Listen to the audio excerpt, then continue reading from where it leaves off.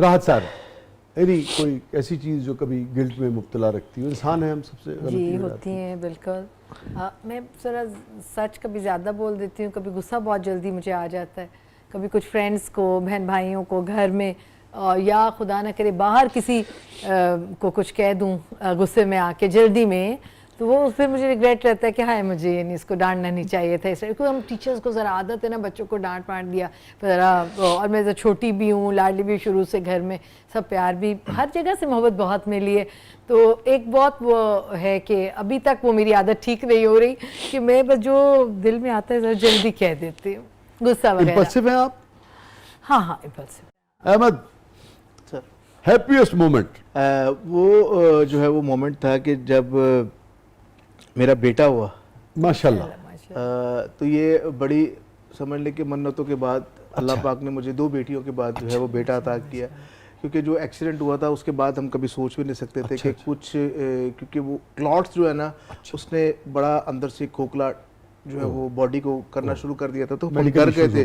तो वो जो है वो ब्लड को पतला करने वाली गोली, और वो उसने डॉक्टर ने कहा कि नहीं अब आपने जो है सो है, लेकिन रब जब अता करने पे आए तो फिर रब ने मुझे 5 साल के बाद बेटा अता किया, तो वो जो खुशी है ज़िंदगी में कभी नहीं भूल सकता।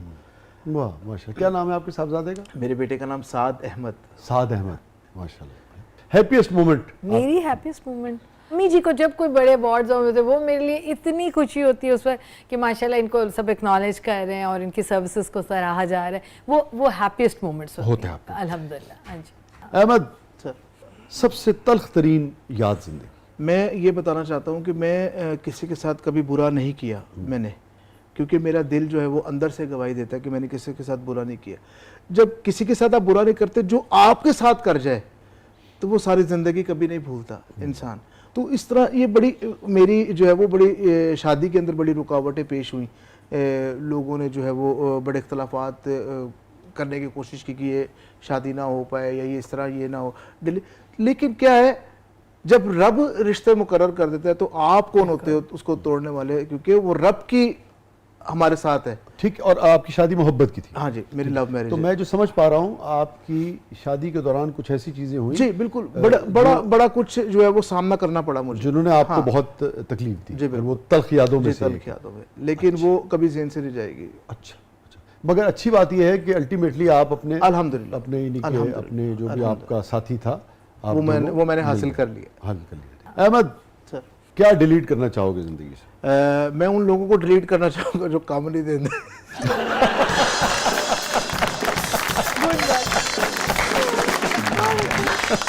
चलो अच्छा, लेकिन यार लेकिन मैं तुम दसा उन्होंने कभी डिलीट नहीं करना चाहिए था, क्योंकि कभी कम आ जाता उन्होंने वो समझते भी तो नहीं रहा मुझे ना आज। अब वो हयात नहीं, यावर साहब ने मुझे एक बार कहा, यावर हयात साहब, तो यावर साहब ने ज़िंदगी में अपनी पीटीवी के बाद कुछ प्लेस किए, उनमें से कम भी अगर 4 किए तो 2 या 3 मेरे लिखे।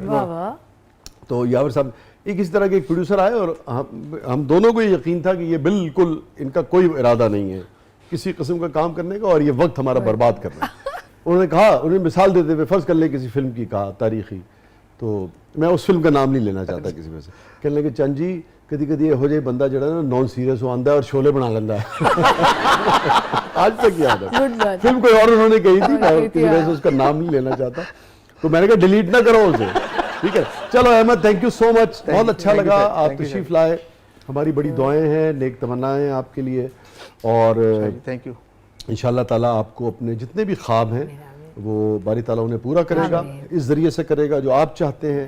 नहीं है तो हमें पूरा यकीन है कि किसी और ज़रिए से ज़रूर आपको आपके ख्वाब भी पूरा करेगा, जो आपकी ख्वाहिश है कि आपके वालिद साहब भी उन ख्वाबों को पूरा होते हुए देखें, वो भी इंशाल्लाह पूरी होगी। बस एक ही चीज़ है कि इंसान के इख्तियार में देखो यार, सिवाय मेहनत, कमिटमेंट और डेडिकेशन के कुछ है ही नहीं, यही हमारे इख्तियार में है, वो हमें करते रहना चाहिए। कोई मसला नहीं शाह जी, अल्लाह ने अगर हमारे नसीब में हमारे मेहनत लिखी है तो हम मेहनत से कभी भी वो नहीं, और इसमें भी हमें वो रखना चाहिए कि जो मिलता है ठीक है, बाज़ औक़ात नहीं ख्वाहिश के मुताबिक मिलता, मगर कोई बात नहीं, इसमें भी हमें खुश रहना और राज़ी रहना सीखना चाहिए, मेहनत करते रहना। शेर 2 लफ्ज़ सुना दें प्लीज़। मैं चलो तुम्हें इसी के ऊपर जो तुम बात कर रहे हो ना आखिर में, यही जो ज़िंदगी का ये जो रवैया है ना, ये बाज़ औक़ात हमें कुछ चीज़ें मिलती हैं, बहुत खुश होते हैं, मगर हम नहीं जानते कि बहुत अच्छी चीज़ें मिलने पे जिन्हें हम अच्छा समझ रहे हैं उसका अंजाम क्या होगा। बाज़ औक़ात चीज़ें हमें नहीं मिलती, हम दुख में होते हैं, मगर हम नहीं जानते कि इन चीज़ों का ना मिलना आइंदा हमारे लिए कितना अच्छा हो। यही उसका मफहूम है ना। ठीक, बिल्कुल ऐसे। मैं वो आखिर में आपके साथ शेयर करता हूँ। थैंक यू सो मच राहत, आप तशरीफ लाई, बहुत बहुत शुक्रिया। थैंक यू सो मच, बहुत शुक्रिया आपने मुझे इनवाइट किया। I am so grateful.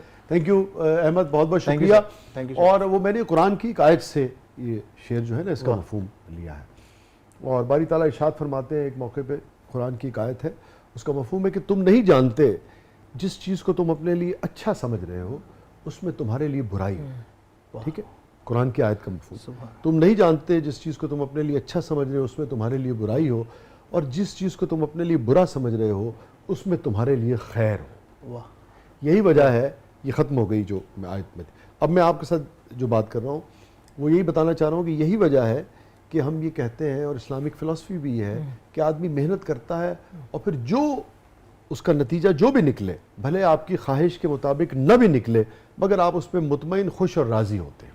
माली दा कम पानी देना भर भर मशका पावे, मालिक दा कम फल फूल लाना लावे या न लावे। मियां मोहम्मद बख्श। ठीक है ना, तो हमारा तो यही काम है। तो मैंने जो उस आयत से खुशबू लेके और फिर जो शेयर किया वो मैं आपकी खिदमत में पेश कर देता हूँ। तू जानता नहीं है अभी ज़िंदगी को यार, तू जानता नहीं है।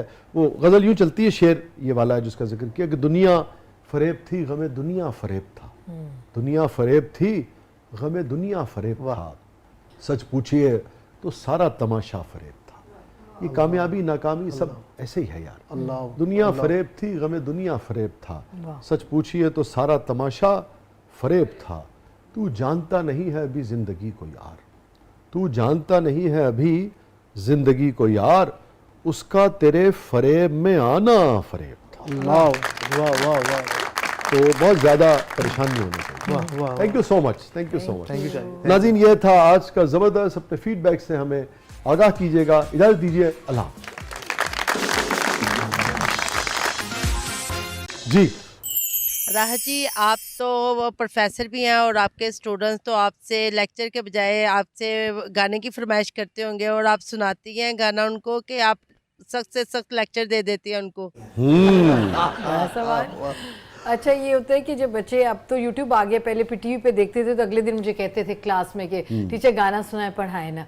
बट क्योंकि मेरा सब्जेक्ट इंग्लिश का है तो उससे आपको इंग्लिश की टीचर से बच्चे थोड़ा डरते भी हैं। तो मेरा ये होता था कि बेटा कोई फंक्शन होगा तो सुना दूंगी, आपकी फेयरवेल हो या वेलकम, तो कम ही। लेकिन कभी स्टेज वगैरह पे इकबाल डे हो या Otherwise नहीं है। हाँ, अगस्त वगैरह के पास वैसे आप सख्त स्ट्रिक्ट टीचर हैं या? मैं पहले बहुत स्ट्रिक्ट थी। अच्छा। अब मैं तो, क्योंकि लार्ज क्लासेस थी हमारे पास, अब जब से ये थोड़ा BS वगैरह है, इसमें हमारे पास स्मॉल ग्रुप होता है, तो now I am very lenient. अच्छा, आप लार्ज क्लासेस में स्ट्रिक्ट होना पड़ता था, Otherwise control ही नहीं कर सकते कंट्रोल ही आप। नहीं कर सकते ना control आप ही नहीं उनको।